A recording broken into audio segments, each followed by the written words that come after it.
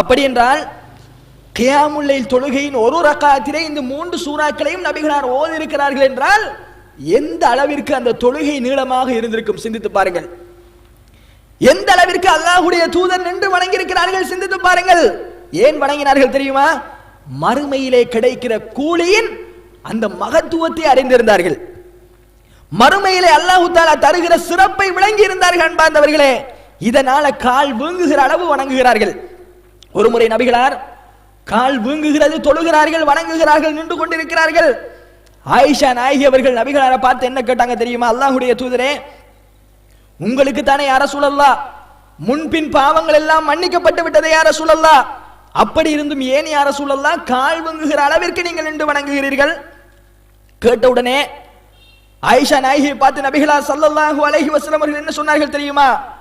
அஃபலா அகூன அப்தன் ஷகூரா, ஆயிஷாவே, அல்லாஹ்விற்கு நன்றி உள்ள ஒரு அடியானாக நான் இருக்கக்கூடாதா?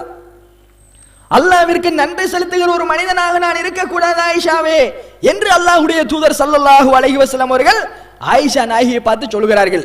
அப்ப அன்பார்ந்த சகோதரர்களே, கால் வீங்குகிற அளவிற்கு நபிகளார் தொழுகிறார்கள். சஹாபாக்கள் அதே அளவிற்கு அல்லாஹ்வுடைய தூதரை பின்பற்றி தொழுதிருக்கிறார்கள் என்றால் இந்த வாழ்க்கை, இந்த இபாதத் எங்களுடைய வாழ்க்கையிலே வரணுமா வர வேண்டாமா சிந்தித்து பாருங்கள். அதனாலதான் நம்ம பார்க்கிறோம், உலகத்திலேயே சஹாபாக்களை சுவர்க்கவாசிகள் என்று நபிகளார் பிரகடனப்படுத்தினார்கள். உலகத்திலேயே சுவர்க்கவாதிகள் என்று அந்த சஹாபாக்கள் பட்டம் கொடுக்கப்பட்டார்களே, நாம் சுவர்க்கவாதியாக மாறக்கூடாதா சிந்தித்து பாருங்கள் அன்பார்ந்தவர்களே. அஷரத்துல் முபஷ்ஷிரீன் 10 சஹாபாக்கள் சுவனவாதிகள் என்று நபிகளாருக்கு முன்னால் பறைசாட்டப்பட்டார்கள். நபிகளார் சுவர்க்கத்தை பார்த்து விட்டு வந்து சஹாபாக்களிடத்திலே சொன்னார்கள், உமருடைய மாளிகையை நான் சுவனத்திலே பார்த்தேன் என்றார்கள் நபிகளார்.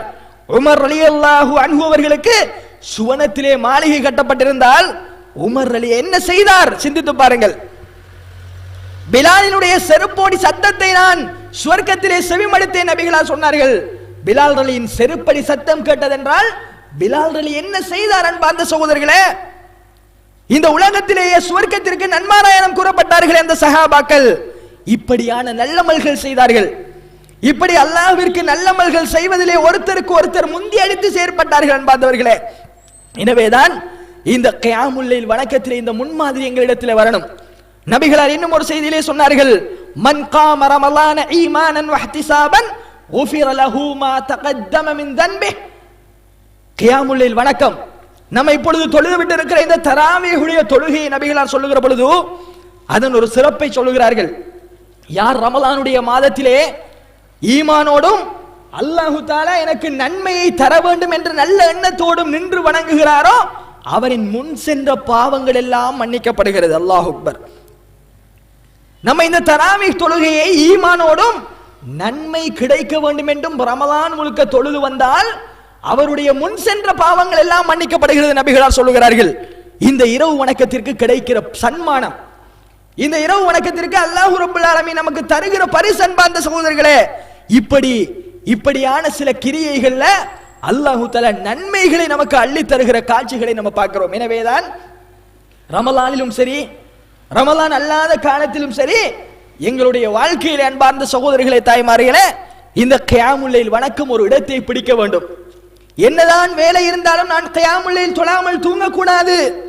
என்னதான் வேலையோடு நான் தூங்கினாலும் 3 மணிக்கு எழும்பி அல்லாஹ்வை வணங்க வேண்டும் என்ற நியத் அன்பார்ந்த சகோதரர்களே எங்கட உள்ளத்திலே வர வேண்டும் என்பதை நாம் ஒவ்வொருத்தரும் நிலை நிறுத்திக் கொள்ள வேண்டும். அதே மாதிரி சின்ன அமலாக இருந்தாலும் கூடுதலான கூலியை பெற்று தருகிற இன்னும் ஒரு அமலை நம்ம பார்க்கலாம். அதுதான் குர்ஆன் ஓதுதல். அல்லாஹ் என்ன சொல்கிறான்? ஷஹ்ரு ரமலான் அல்லதி உன்சில ஃபீஹில் குர்ஆன். இந்த ரமலானுடைய மாதத்தில் தான் நாம் குர்ஆனை இறக்கி அருளினோம். இந்த ரமலானில் தான் குர்ஆன் இறக்கி அருளப்பட்டது அல்லாஹ் தஆலா சொல்கிறார். அப்படிப்பட்ட இந்த ரமலானுடைய மாதத்தில் அன்பார்ந்தவர்களே, நம்ம குர்ஆனை மிக சிறப்பு மிக்க ஒரு பொக்கிஷமாக பயன்படுத்த வேண்டும். இந்த குர்ஆனுடைய சிறப்பை நம்ம எல்லோருமே அறிந்திருக்கிறோம்.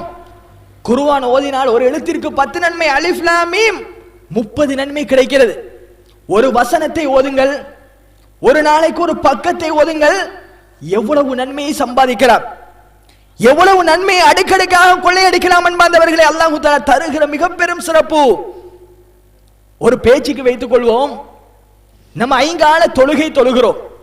இன்னும் பல இபாதத்துக்கள், ஹஜ் செய்கிறோம், ஜகாத் கொடுக்கிறோம், நோன்பு காலத்தில் நோன்பு நோக்கிறோம்.